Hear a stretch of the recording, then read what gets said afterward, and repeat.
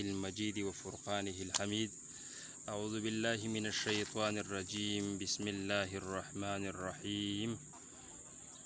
وما لكم لا تقاتلون في سبيل الله والمستضعفين من الرجال والنساء والولدان الذين يقولون ربنا أخرجنا من هذه القرية الظالم أهلها واجعل لنا من لدنك وليا واجعل لنا من لدنك نصيرا. وقال النبي صلى الله عليه وسلم انصر أخاك ظالما أو مظلوما أو كما قال عليه الصلاة. صدق الله العظيم وصدق نبيه الكريم ونحن على ذلك لمن الشاهدين والشاكرين. آمنت بالله. صدق اللہ مولانا العظیم. میرے انتہائی ہم سفر ساتھیوں اور میرے بھائیوں، کچھ دنوں سے مصروفیات کی وجہ سے میں نے ویڈیو اپلوڈ نہیں کی. آج میں نے سوچا کہ ڈاکٹر عافیہ صدیقی کے بارے میں اور موجودہ حالات جو اسلام کی اور مسلمانوں کی ابتر حالات کی کچھ عکاسی آپ کے سامنے کروں گا. اللہ رب العالمین کا دین ایک مکمل دین ہے اور اس میں تمام تر جو بھی معاملات ہو ان کے سارے معلومات اس میں موجود ہے. خواہ جس کا تعلق جس چیز سے ہو، جس کے ساتھ ہو، اسلام کے ساتھ ہو یا اسلام کے علاوہ دیگر اقوام کے ساتھ ہو، اسلام نے ہر چیز کو وہ مقام دیا ہے، وہ مرتبہ دیا ہے.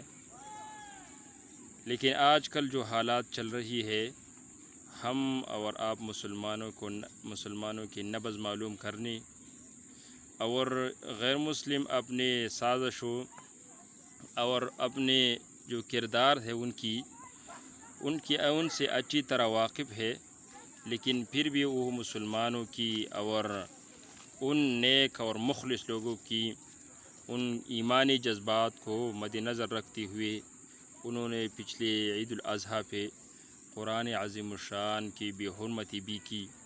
اور اسی طرح ہماری اور آپ کے ایک بہن ڈاکٹر عافیہ صدیقی جو پچھلے 20 سالوں سے امریکہ کے ایک جیل میں ہے، اور وہ ایسا جیل ہے جو وہ خود بتا رہے ہیں کہ یہ جہنم ہے.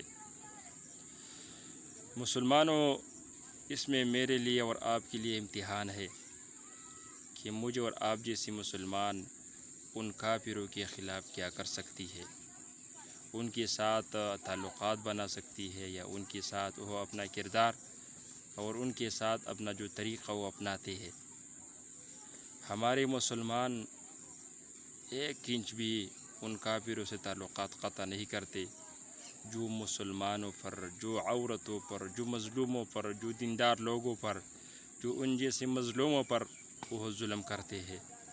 حالانکہ قرآن عظیم الشان میں اللہ رب العالمین نے ان کی یہ حالات بیان کی ہے. اور وہ وما لکم لا تقاتلون فی سبیل اللہ، آپ وہ جہاد کیوں نہیں کرتے، آپ قتال کیوں نہیں کرتے؟ یعنی یہ مسلمانوں کے لیے اور ان مومنوں کے لیے یہ ایک تنبیہ ہے کہ وہ جہاد کیوں نہیں کرتے، قتال کیوں نہیں کرتے اللہ کی راہ میں. کیونکہ یہ فرماتے ہیں والمستضعفین من الرجال والنساء والولدان، اور کمزور آدمیوں سے اور کمزور عورتوں اور بچوں، وہ بچے جو کہتے ہیں یقولون ربنا اخرجنا من هذه القرية الظالم اهلها، کہتے ہیں اے رب ہم اس گاؤں اور اس قریے اور اس بستی سے ہمیں نکال دے. کیا وجہ ہے؟ وجہ یہ ہے کہ ظالم اہلھا، ان کے اہل اور ان میں جو باشندے ہیں وہ ظالم ہے اور اپنے طرف سے ہمارے لیے ایک کارساز اور مدد کرنے والا مقرر کرتی. اس میں مسلمانوں کو یہ تنبیہ دی گئی ہے کہ جب مظلوم مسلمان مرد، عورتیں اور بچے آپ کو پکار رہی ہے، آپ کو لبیک کہنے کے لیے آپ کی آواز کی منتظر ہے، آپ کی امداد کی منتظر ہے، لیکن آپ ان کی مدد نہیں کر سکتے۔ آپ ان کے احوال سے وہ اچھی طرح واقف ہے، لیکن پھر بھی آپ آواز نہیں اٹھاتے۔ مقتدر حلقوں میں جو لوگ ان کی طاقت ہوتی ہے، ان کی قوت ہوتی ہے، ان کی آواز پہنچائی جاتی ہے، لیکن انہوں نے بھی آواز نہیں پہنچاتی۔ تو قیامت کے دن کیا کہیں گے ہم؟ نبی کی شفاعت کی امیدوار ہے، رسول اللہ صلی اللہ علیہ وسلم کے حوض کوثر کی امیدوار ہے، لیکن ایک شاعر عبداللہ مبارک پر دردناک اشعار جو انہوں نے فرمایا ہے، میں کچھ اشعار آپ کے سامنے وہ بیان کرنا چاہتا ہوں کہ یہ کہتے ہیں کہ کیف القرار و کیف یہدی المسلم، یعنی مسلمان کیسے پرسکون زندگی گزار سکتی ہے اور زندگی گزارتے ہیں۔ والمسلمات مع العدو المعتدی، کہ مسلمان عورتیں دشمنوں کے جیلوں میں ہے، کہ ان کے قید میں ہے۔ الضاربات خدودہن برنۃ، اور وہ بہنیں جو چیخ اور پکارتے ہیں اور اپنے چہروں پر وہ مارتے ہیں، کیا کہتے ہیں؟ الداعیات نبیہن محمد، اور یہ کہتے ہیں کہ اور صدائیں لگاتے ہیں کہ نبی میرے محمد صلی اللہ علیہ وسلم ہے۔ اور پھر آگے کیا کہتے ہیں؟ القائلات اذا خشین فضیحۃ، جب ان کی اپنی عزت پر خوف محسوس ہو جاتی ہے، ان کے ڈر آ جاتی ہے، اور وہ بے بس ہو کر کیا کہتے ہیں؟ جہد المقالۃ لیتنا لم نولد، اور وہ کہتے ہیں کہ کاش ہم پیدا نہیں ہوتے۔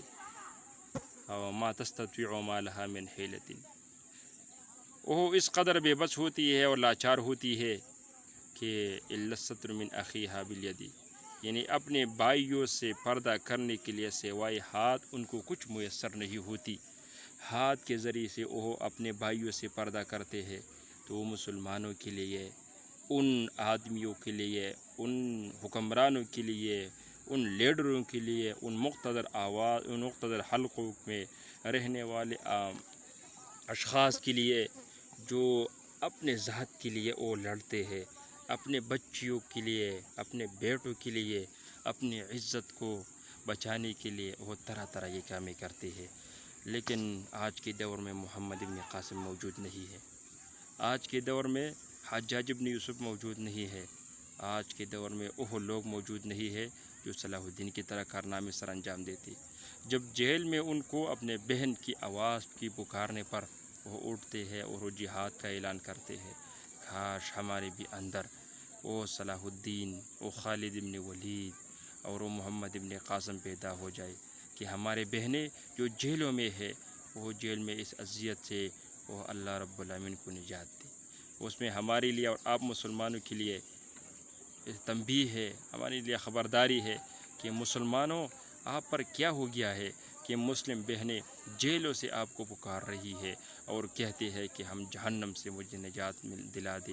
آپ کی آواز وہ تک پہنچائی جاتی ہے، آپ کی ایک لیٹر ان کی آزادی کے لیے، ان کی رہائی کے لیے وہ ایک لیٹر جو کاپی ہو جاتی ہے، لیکن ہمارے حکمران، ہمارے وہ مقتدر لوگ جو ان کی اچھی طرح وہ آواز پہنچاتی ہے، وہ ان کے ہاتھ میں، ان کے بازو میں، ان کے منہ میں وہ آواز موجود ہے، ان الفاظ موجود ہے جس کے ذریعے سے ان کی رہائی آسان ہو جاتی ہے۔